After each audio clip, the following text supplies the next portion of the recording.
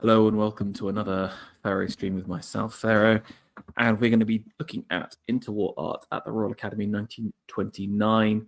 Just a few things before we start. This is another cheeky lunchtime stream, so apologies if it gets interrupted. I might have to pop out for a second, but just hold on.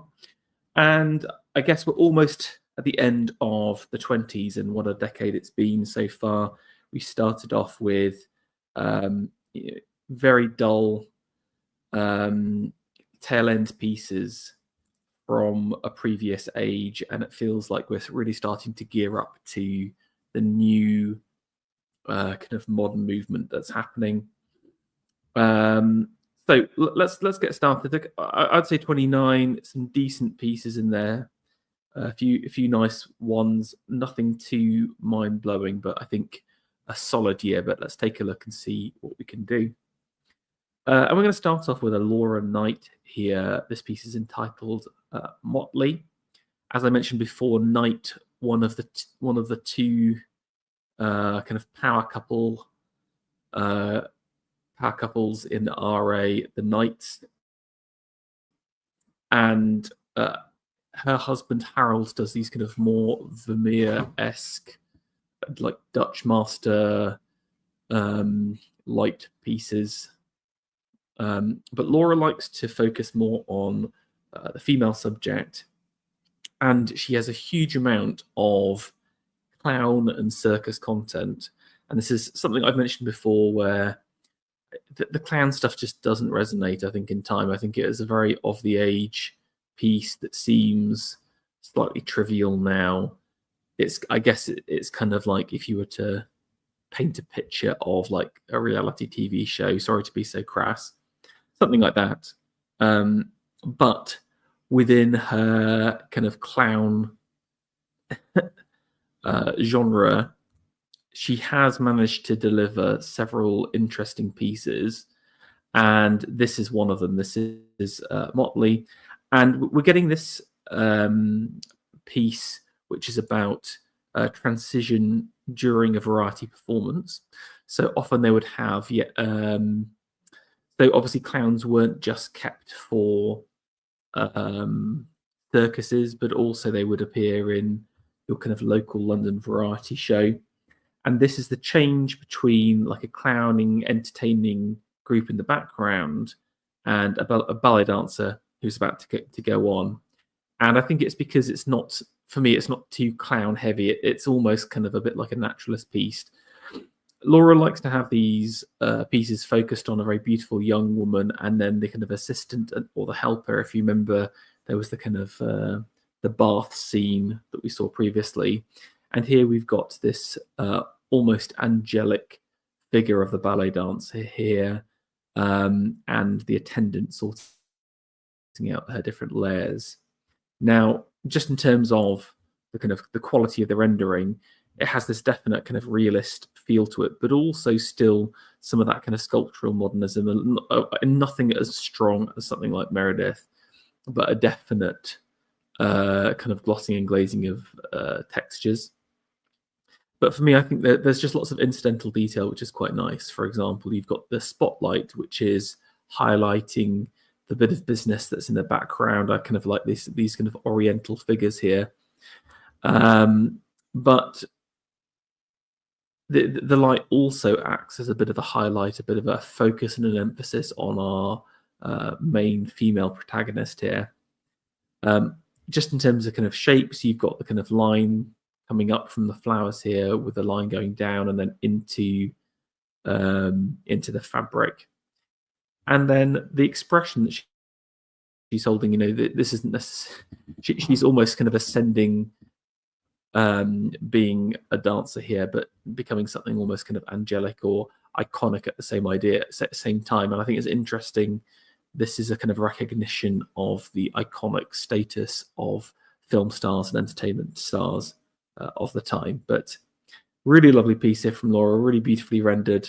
Really like that one. Okay, we've got a Russell Flint. He's the kind of watercolor expert. We've had a lot of some of his kind of nudes and females here, but there's this very interesting intensity to this piece. It's called the Serbian Dancer Desha. And it's very different to a lot of other Russell Frantz pieces. He likes to have kind of full body, 2 or 3 people in the composition. This is a close up.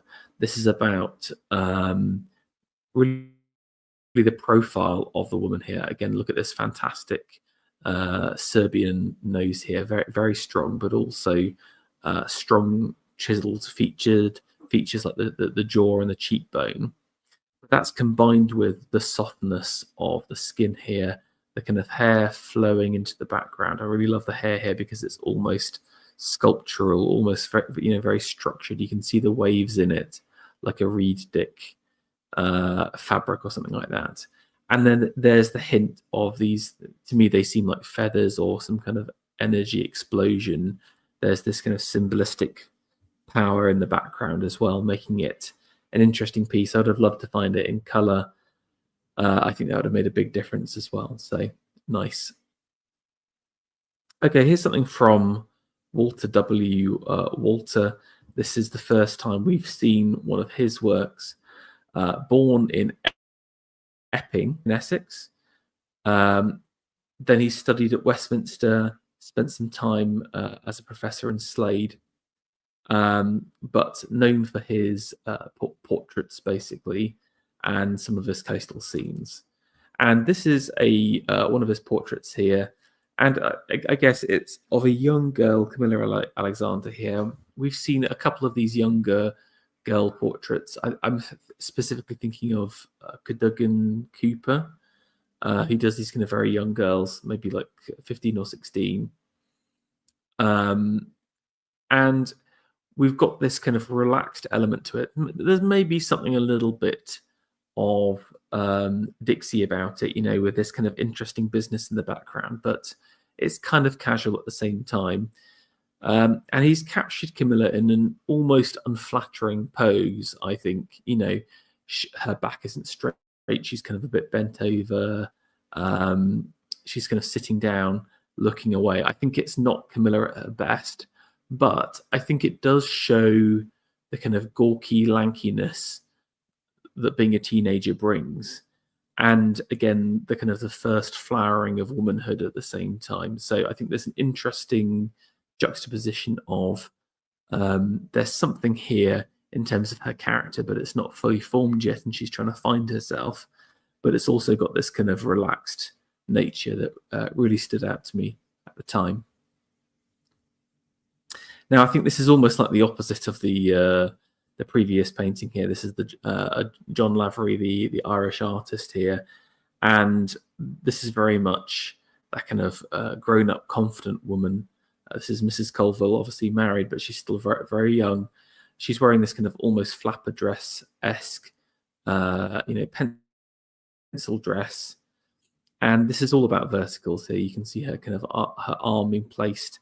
Again, there's a bit of awkwardness there, but also tension. You can see the kind of pushing forward on the fabric, creating these kind of tension lines, and that gives it a little bit of an intensity. She's leaning forwards towards us. Maybe she's whispering something, or we're kind of receiving a confidential note at the same time. Her eyes are very piercing, looking directly at us, but not too confrontational at the same time. So that's why I feel like there's this conversational tone.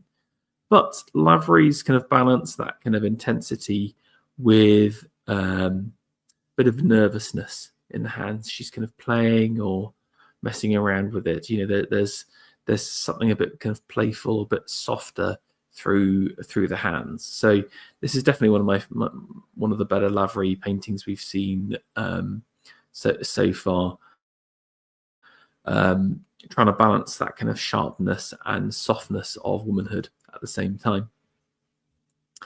Now, speaking of the knights, we've got the other knight here, Harold Knight, and this is called the Brass Goddess. And this is why I say he's very much in that kind of Vermeer Dutch vein. Now, if you've seen any of those kind of paintings, you'll often see like a woman playing piano, and maybe her husband's in the room with her, and it's all about light, the home, the kind of the new bourgeois middle class. There's something about class there as well. And I think Harold's trying to speak to the old masters here with this piece, where you've got a woman indoors, the light coming through. But there's a couple of interesting twists. Rather than sitting into the light, which is the classic trope from the Dutch masters, she's got her looking away. And you've also got this moment of contemplation and reflection as well. She's looking into this interesting objet d'art from the Orient, this brass goddess. And there's kind of contemplation there. Now, the brass of the goddess is kind of mirrored with the brass in the necklace, which is very unique. It almost looks anachronistic, something from the past itself. And her hair is very kind of yellow as well. So, who is the real brass goddess? Is it the figure is it the figure in her hands, or is it the woman that we're looking at? So there's something here about being seen and seeing at the same time. I think there's something to be said for the colors as well, where again, look at the kind of golden yellow of the curtains, the yellow of the background, the golden yellow of the frame here. It's a definite yellow tone, but then there's two counter shots. It's not just a contrast, it's a triad here. And we've got the red of the chair, the lips, the little headband here, which pulls that. Yellow is a very difficult color, I think, to manage. It often seems too weak or too overpowering, but by going for these kind of golden tones, it's almost brown. And obviously brown's often rooted in reds, so it harmonizes really well with the reds here. And then there's a single shot of the blue, but it's in this dress, so we've got all of these kind of lovely values coming through to kind of pull everything together. So I think you could quite easily look over this piece as a bit of boring naturalism, but when you think about the kind of color landscape here and some of the messaging around the piece, I think it's a bit more interesting, and definitely one of Harold's better pieces. Okay, we've got a Julius Olson here, Receding Tide, Cornish Coast. Again, I think this is very much standard Olson here. I've been seeing some more of his other color paintings from this time, and I think it's a shame that we can't get some of these kind of colors coming through, because he's very much a colorist. We're getting these kind of impressionistic cliffs and seas, etc., and so you kind of miss out a lot of that detail. But a little bit of interesting business here going on with the two figures in a boat in the background. So the tide's coming out. Are they going to make it back in time? Are they trying to land, etc.? Are they going in or out? That's the question. There's some interesting pirate cove Cornish thing going on as well there, I think. Okay, we go back to Sidney Lee. Sidney Lee has had a bit of a run of those more kind of I guess, like naturalistic, but like naturalistic landscapes, where he's turning to the cities and places of habitation, but treating them from the landscape painter's lens. It's the piazza, it's the rusticated brickwork. And we've got some more of that, but I would say more tempered than in the traditional landscape mode. So, Sidney Lee is very much interested in kind of rocks and hard forms in the landscape view, and I really love this cliff here. And something like a cliff is very difficult to paint in an interesting way, because either you go over the top with the level of lines and the detail that's in there, or you simplify it too much. It just becomes like this flat squiggle. But whether it's the rock or it's Lee's interpretation of it, he's added a bit more of that kind of iconic Byzantine style, I don't know how to really describe it, like structural abstraction, where you're trying to pull out the fundamental forms of the cliff and put it into line. So, for example, I think the best example of this is if you look in the backgrounds of a Mantegna painting, who, because of his ties to the Venetian school, they are kind of riffing off ultimately the Byzantine teaching.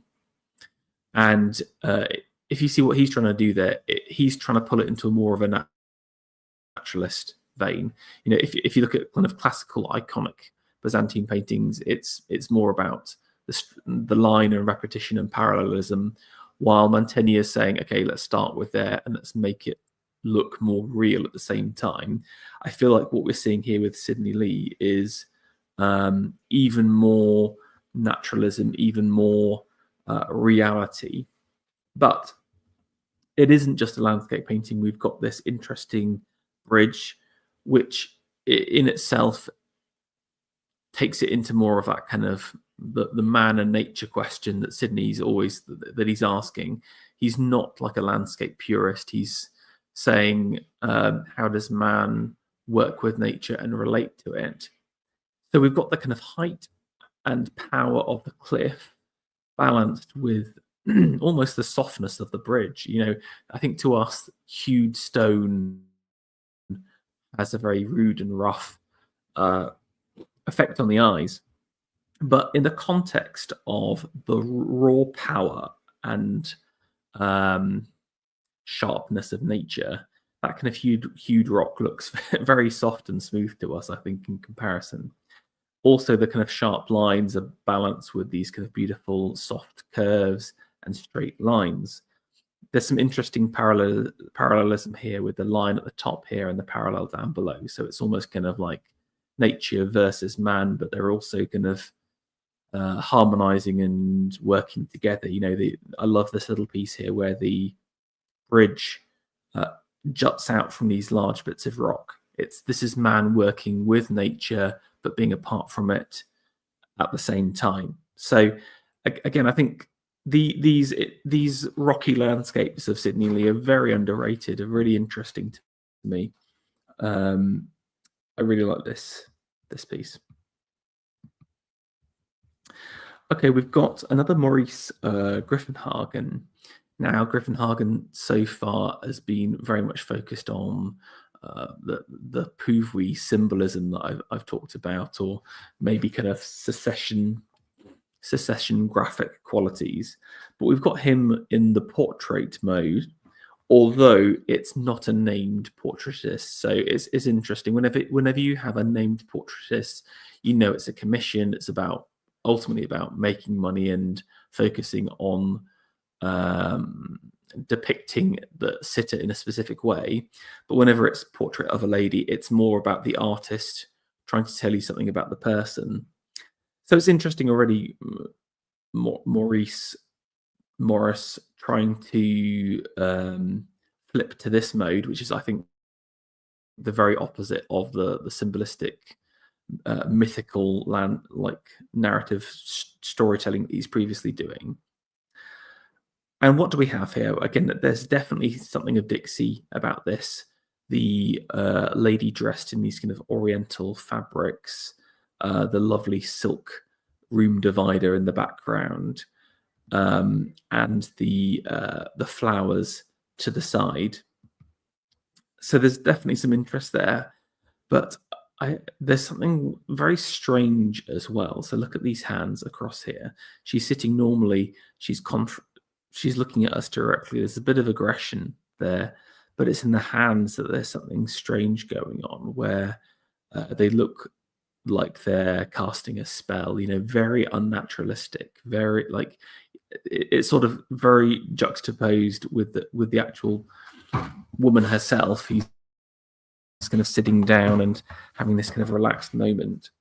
Whether this is an attempt to show his ability at rendering hands, or whether this is something different, I can't tell. But I definitely feel like she to me is almost like a Circe or some kind of witch woman, a Medea, a woman wronged, and she's in the middle of of something a little bit different. Again, maybe there's something about the kind of modern woman having being like an enchantress, being able to beguile us with the magical spells from her hands.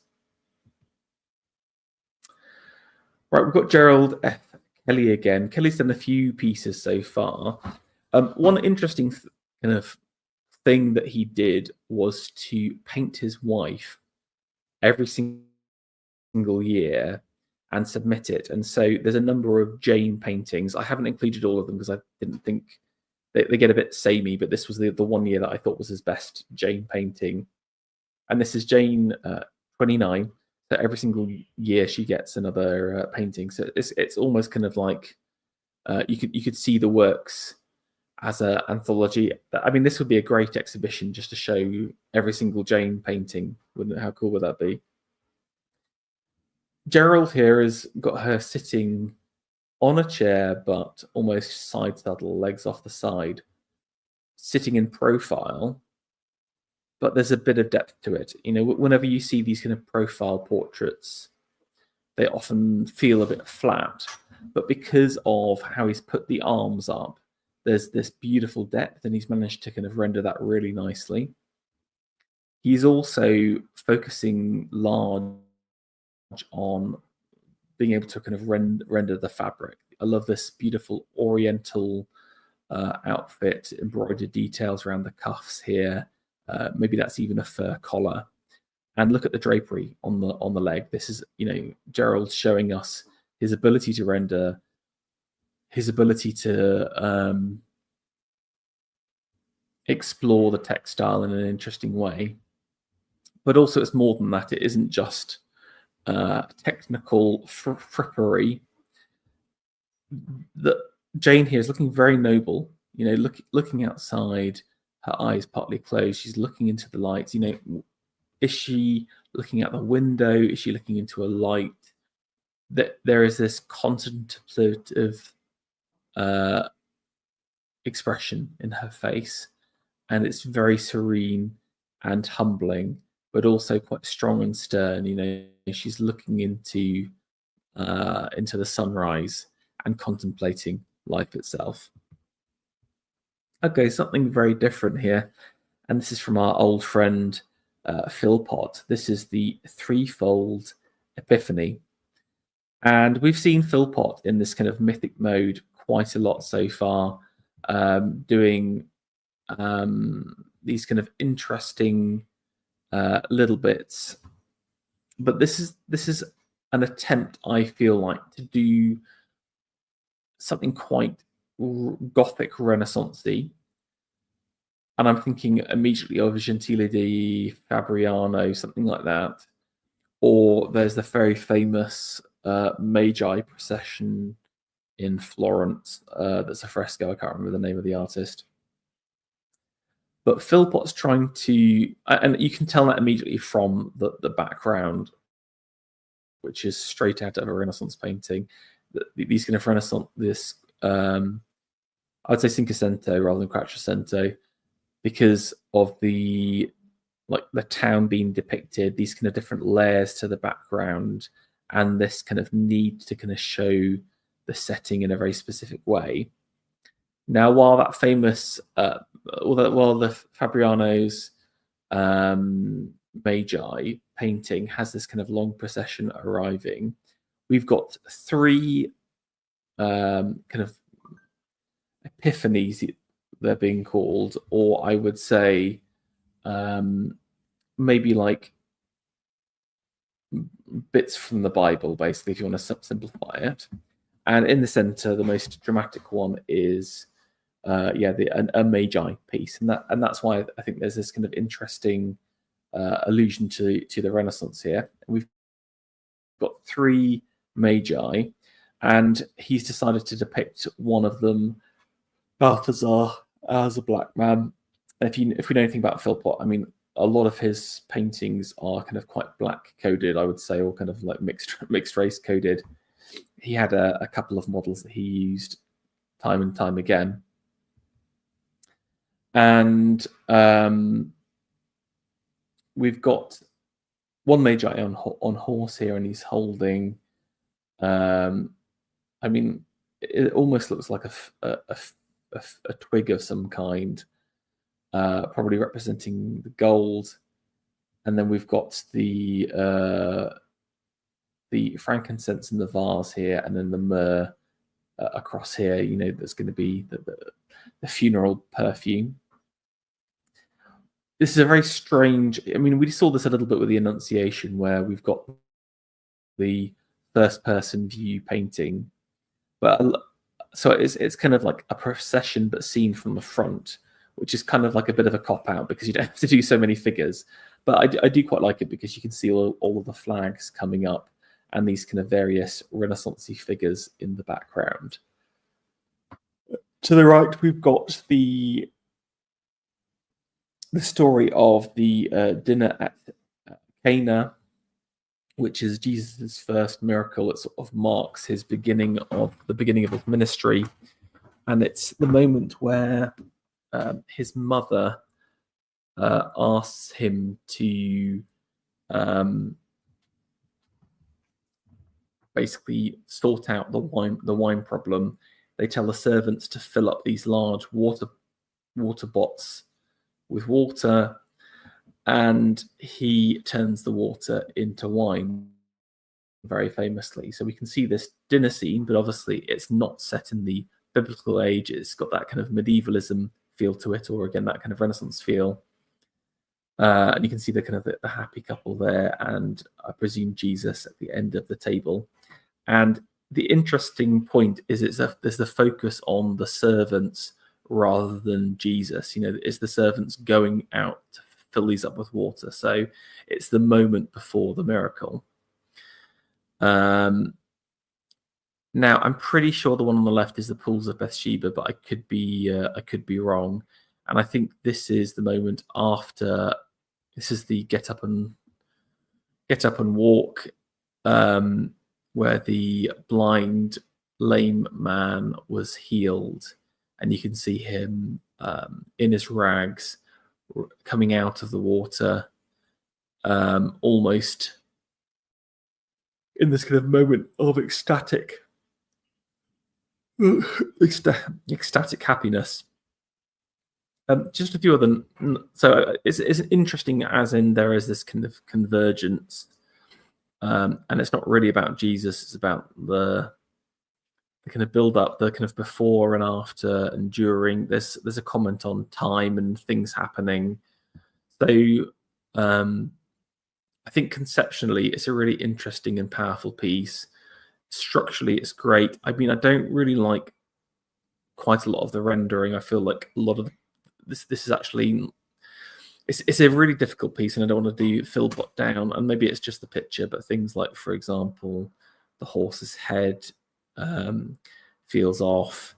I feel like the central Magi figures out of the three, the best pose is, I guess, this guy down at the front, bent knee, and then this kind of servant looks a bit janky, and so does the figure on the left. I know that Philpott could have done better. I just feel like he just hasn't quite hit with some of the figures, and actually there's more interest in the background with some of these knights in the retinue, or the figure seated down, than some of the kind of central figures. But maybe that kind of awkwardness is intentional. So I really like the idea, but I feel like, and it's a good conceptual piece, but I feel like there's better bits of Philpott personally. Okay, we've got another W.L. Wiley again. The action off over between HMS ships Swiftbroke and the enemy destroyers. I mean, not much to say really, apart from it is just these kind of elevated battle scenes. Very, very interesting, very powerful at the same time, but nothing too special, I think. It's just interesting, really. I think from Wiley, and definitely some of the better war pieces. Okay, we've got another Orpen here, and he's kind of come back to do his usual portraiture, and this is showing the Earl of Meath, And again, this is kind of like an old historic aristocrat. I believe that the Earl of Meath is in charge of coronation duties. So it's unsurprising that he has all of this kind of pomp and circumstance. But also that like Orphan's had a couple of big names so far, but it feels like the big aristocratic names have wanted to go for. Okay, 1 second, guys. Hold on.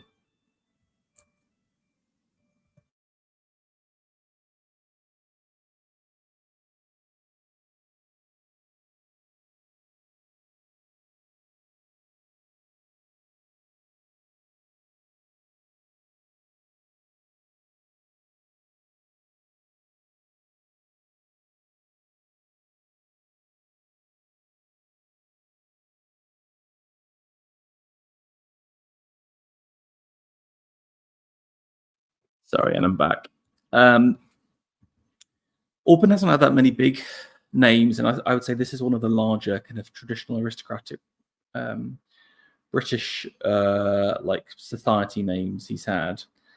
And I think he does a great job of keeping his relaxed style, but also showing the kind of pomp and circumstance and the kind of strength here. So when you're kind of looking at the lines of this painting, it's all about strong verticals, but also some strong horizontals across here. There's almost a cross in the center in terms of how the sitter's been allowed to sit, but that's kind of mirrored with the sword itself. There is all of this kind of depth of color as well, where he's playing with blues, reds, yellows, and whites. So there's a really tight color palette. And yes, there's the kind of standard looseness of that Orphan has. So again, look at the detail, like look at the garter badge here.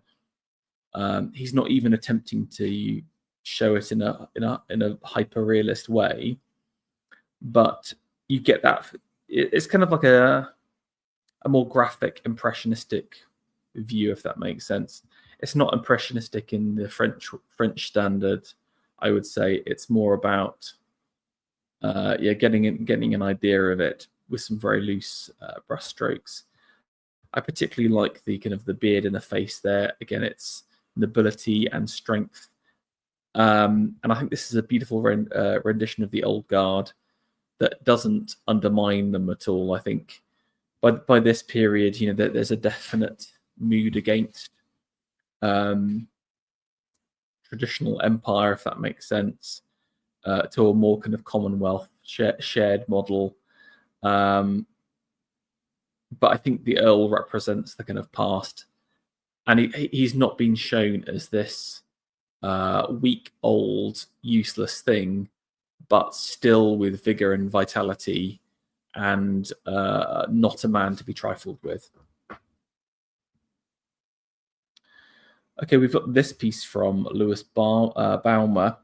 Born in London, he studied at St John's Wood, but then also the Royal Academy schools.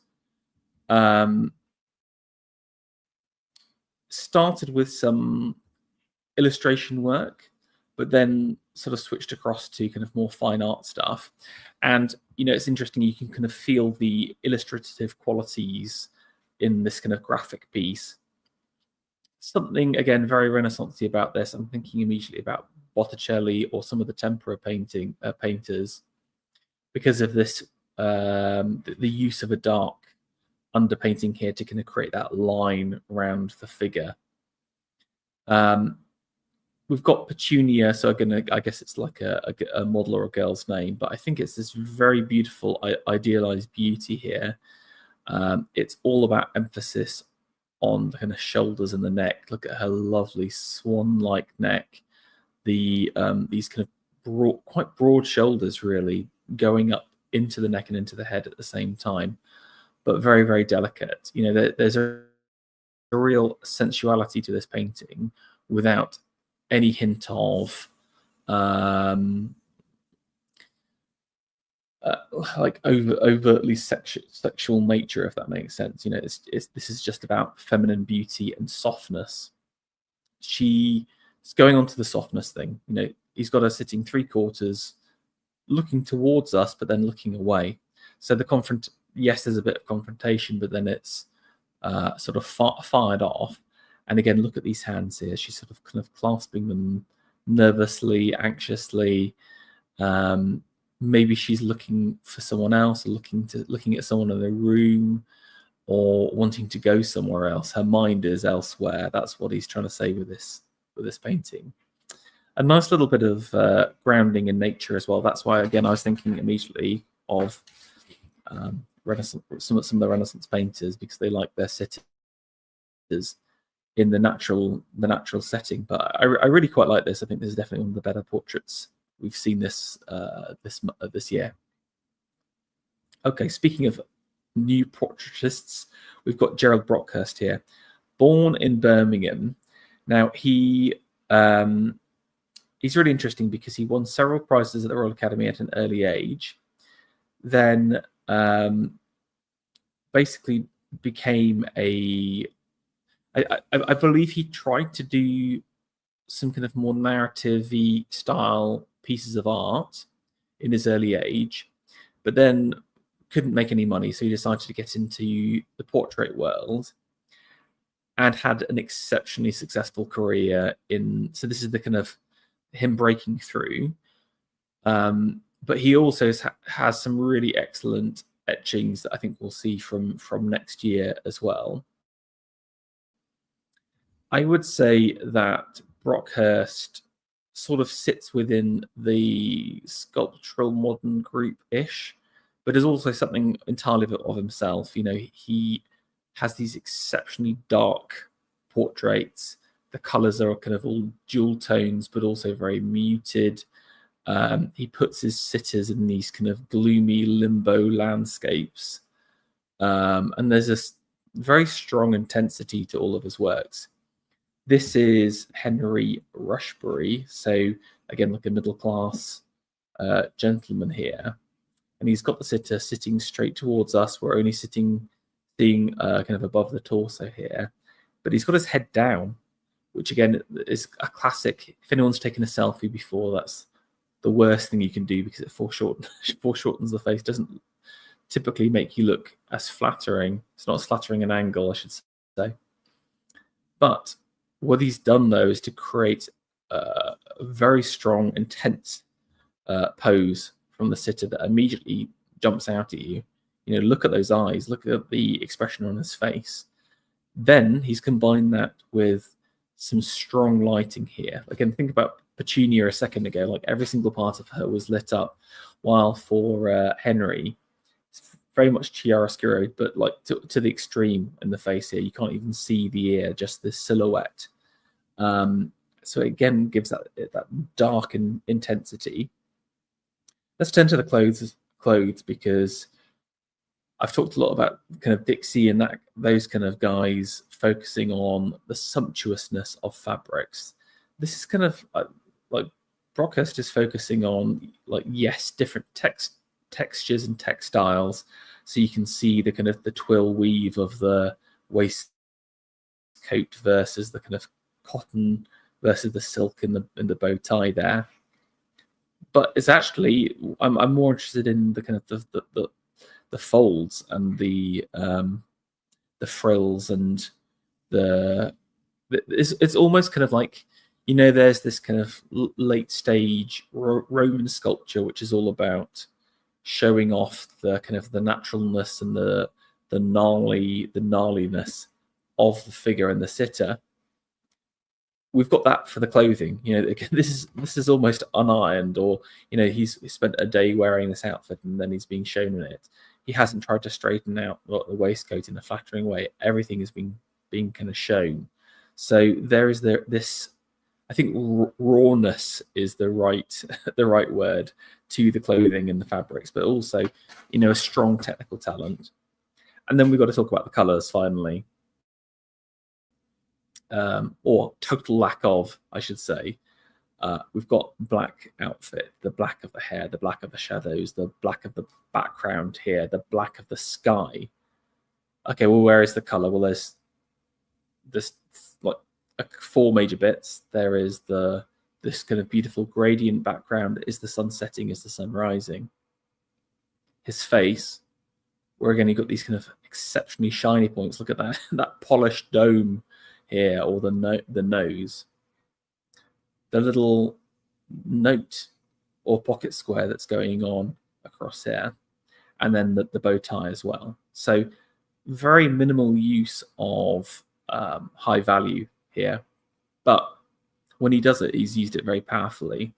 There's this lovely, almost bone yellow here, and then combine that with a Venetian red, this orangey red, but quite Venetian red's kind of quite grey. It's quite saturated, really. It's not very powerful. So it's totally unique color landscape. You can immediately tell a Brockhurst, I think, from just the colors alone. But I think, yeah, very wonderful. Keep an eye on him. He's got some great portraits to come up. Okay, we've got another Judgment of Paris. Again, people might get the right idea that it's a popular subject, and it really is. This is from a Cooper. Cooper started out kind of like a modest background, but had a success through a scholarship in the kind of Royal Academy, Royal College of Art group of schools. Now, I would say he had his first wave of prominence through some of his First World War paintings. So really nice stuff. Some really cool kind of airships. Again, I love paintings of the First World War because they're not propagandistic. While I feel like so much of the Second World War are like paintings are used as propaganda tools or posters, or there's almost like there's like a Soviet realism, I should really say, to Second World War paintings. And just check out some of Cooper's First World War stuff. It's not idealized.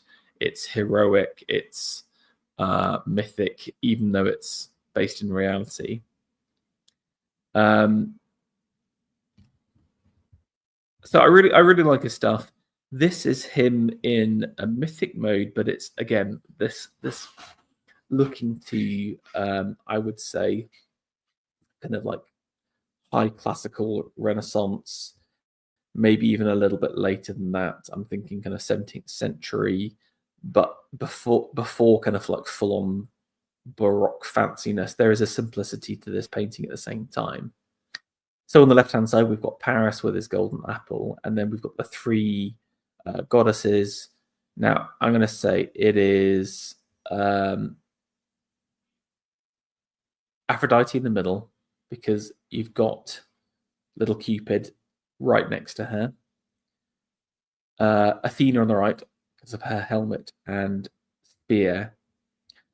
And then I think it's Hera is the last one. But just by default, I'm saying that she's the last one.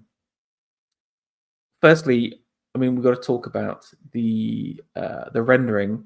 Yes, I think kind of compositionally, it is this kind of like 17th century classicism, but it's a very graphic piece.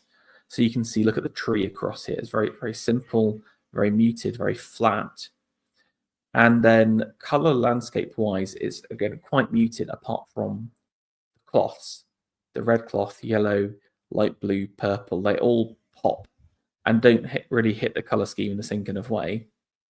Although I think the yellowy brown is like one of the kind of key color tones. You can see it in all of the hair. I do think that I don't really care too much for the figures on the left. I think they're perfectly fine. A bit boring, but I think he does a really lovely job of the three goddesses rendered in a very kind of deco-y style.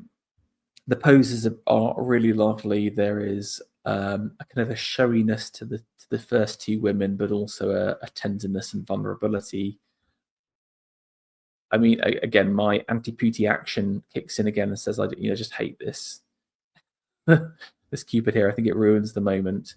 Also, shout out for thinking about, this is the goddesses showing their best features, and I like how Athena's just turned around to show the rump, which again is very novel, very clever, and also makes sense because she's the most warlike of the three goddesses. So she's working out, she's doing squats. So I like the colors in it. I like the rendering. I mean, I don't like I think it's a little bit overtly 17th century classical, which puts it in a bit into the twee zone, but still interesting. Now, as you can see, this was actually taken from another one of my books, the same book as I mentioned last year. So I've got the oh, wait a second. I've messed something up here, guys.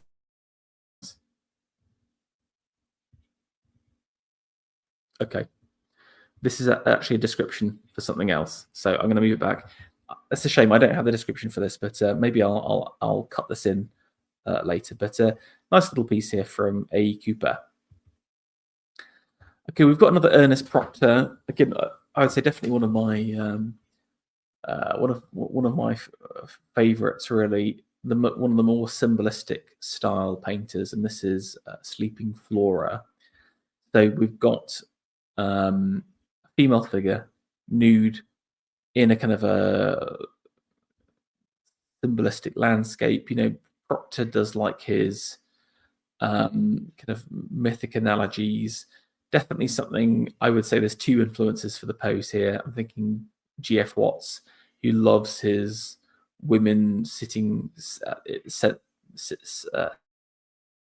in the center of the painting, and maybe something a bit like Sleeping June or something like that, where she's kind of just sitting nicely in the center of the work, but she's covered herself with flowers, and this mysterious, I would dare I say, almost phallic object in her arms here.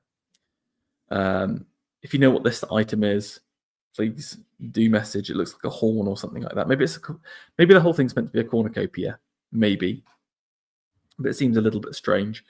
But I really like, again, love the rendering on it. Love this kind of symbolic nature to it, and it's a tricky pose, but he delivers quite nicely. So interesting little piece there from Proctor. Okay, we've got this wonderful portrait, I'd say, from Frampton. This is, I would say, probably one of Frampton's best. This is the Duke of York. As of then, to us, we know him as the king that was deposed just before the war. And again, this is kind of Frampton doing what he does, the casual sitter at home. But he's added a lot more depth and a lot more finish, unsurprisingly, for this commission. I mean, just look at there's something about that globe that is just so wonderful. I've seen this in real life. It has this kind of almost luminescent quality that creates this kind of otherworldliness. Or look about the details on the cloak here. It's his signature kind of deco realism here. Look at all the detailing in from all of the kind of the pipe work, the shadows, etc. On the side of his clothes. Really wonderful piece. Definitely, I think one of his best paintings, and I like to see him in the society mode. It's it's a little bit different to what he normally does, but very wonderful painting. Another piece from A.K. Lawrence. That's the female, almost kind of impressionistic artist. We had that kind of little piece from her before, but this is a more rendered piece. And this is the return of Persephone, of course, Persephone, who was stolen by Pluto and kept in his palace. And eventually her mother, Ceres, is very upset that all the plants die. And so Mercury is sent down to Hades to pick her up. And this is the moment where Mercury, on the right-hand side, you can see with his staff, returns Persephone to her mother Ceres. And you can see the crocuses representing spring coming up. I mean, one of the more interesting things for me is, like, the rendering of stone here is very interesting. It's kind of cubic, like a bismuth or something like that. Very interesting. This kind of portal to the underworld. The figures themselves, I would say, again, are kind of quite Renaissance inspired. I don't love the poses here and the figures, but it's still kind of a relatively interesting piece. Okay, we've got Morley's attempt at the judgment of Paris here, and again, he's put it in his pretty much standard naturalist setting, the kind of the dilapidated Tuscan city, basically.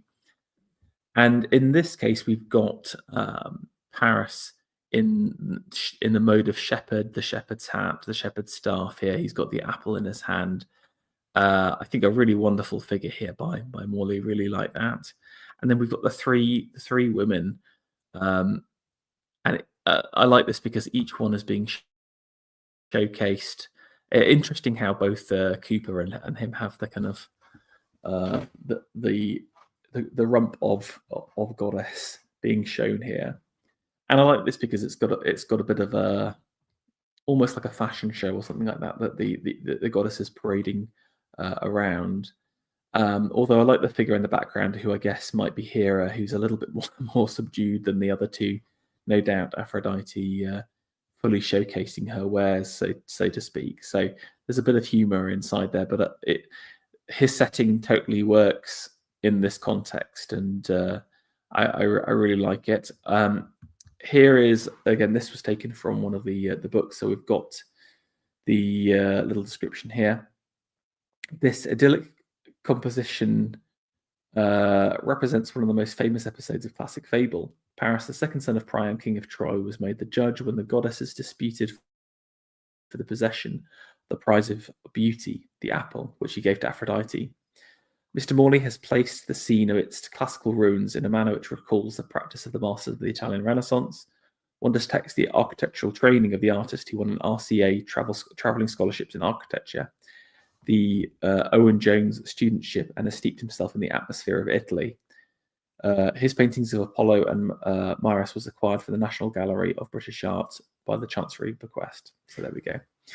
I think that kind of also kind of backs up with what I'm saying.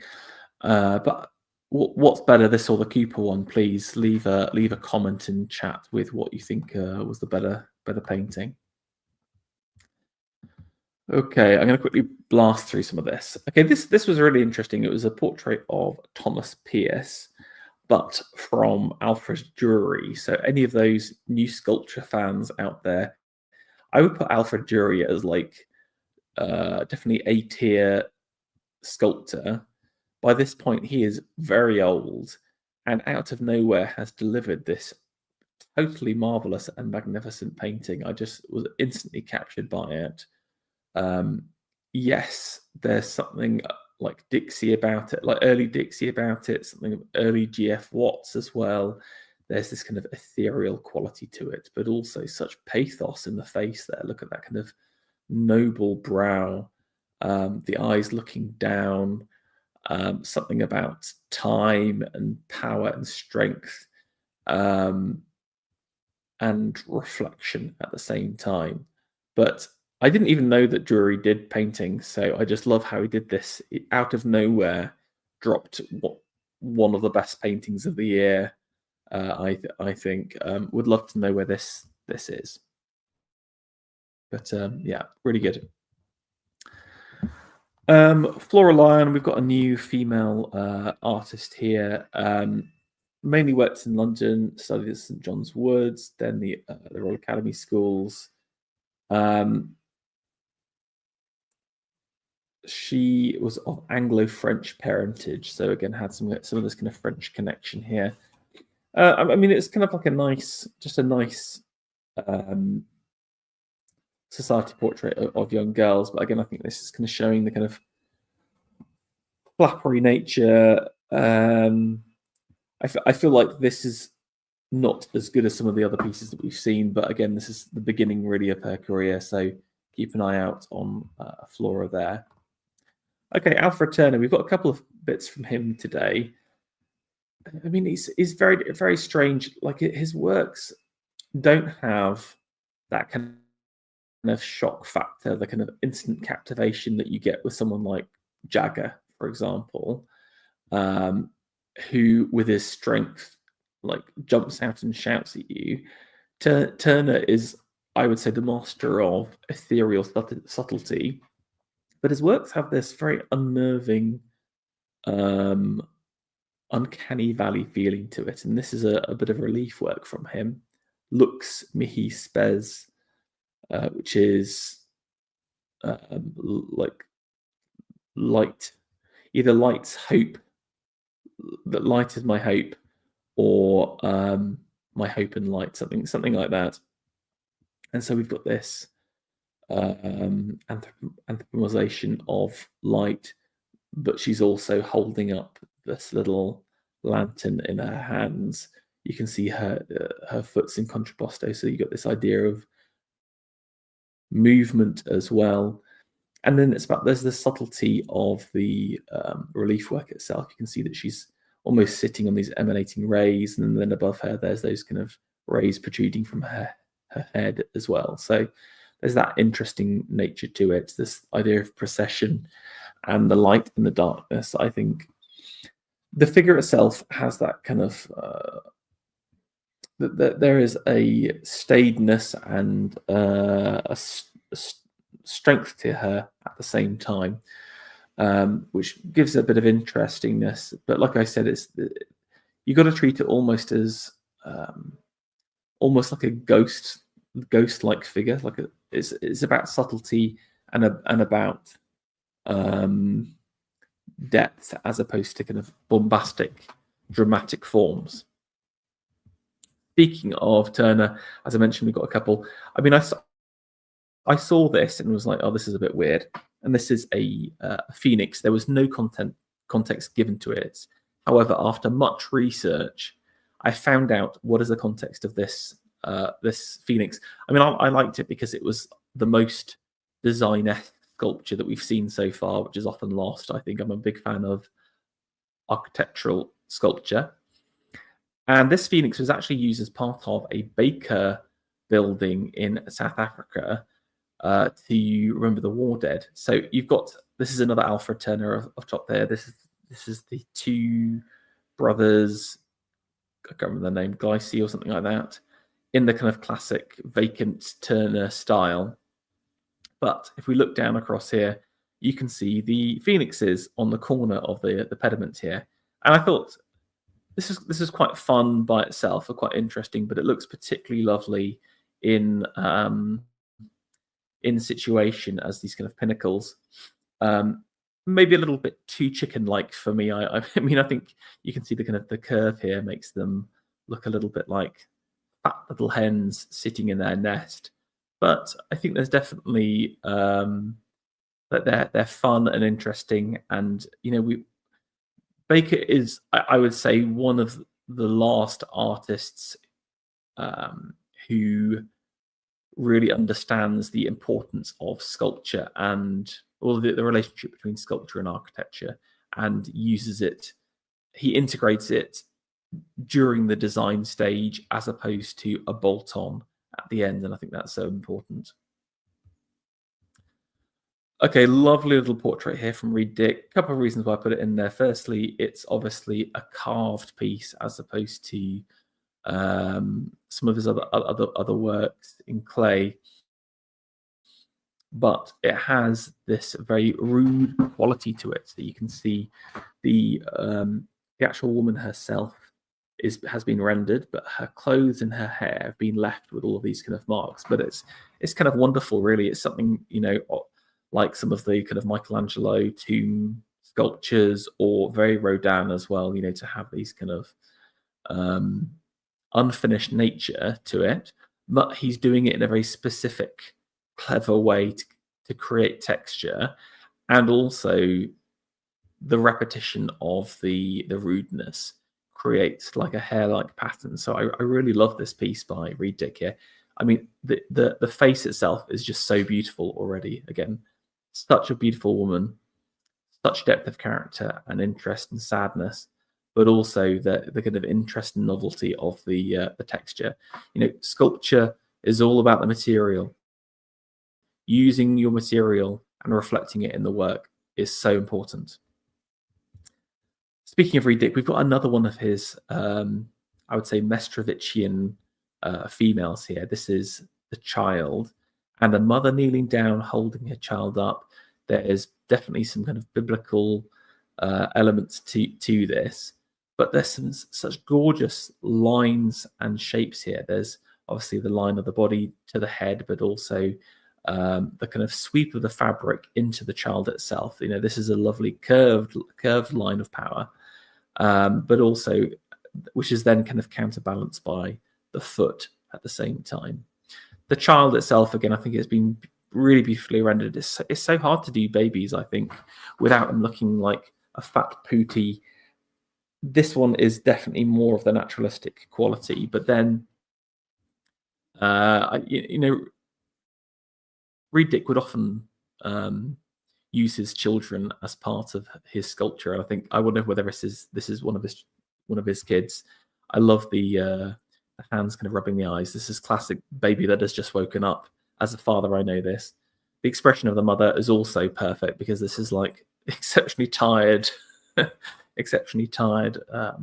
mother. But really subtle, really beautiful piece. I love the lines, the curves in this. This again, you've got to spend some time with it. Like I think a lot of Reed Dicks, you're just going to be like, oh, it's the same as some of his other mother pieces. But you've got to sort of walk over the different parts and lines with your eyes, and you'll see what he's trying to do in terms of alignment and strength and character of drapery. Lovely.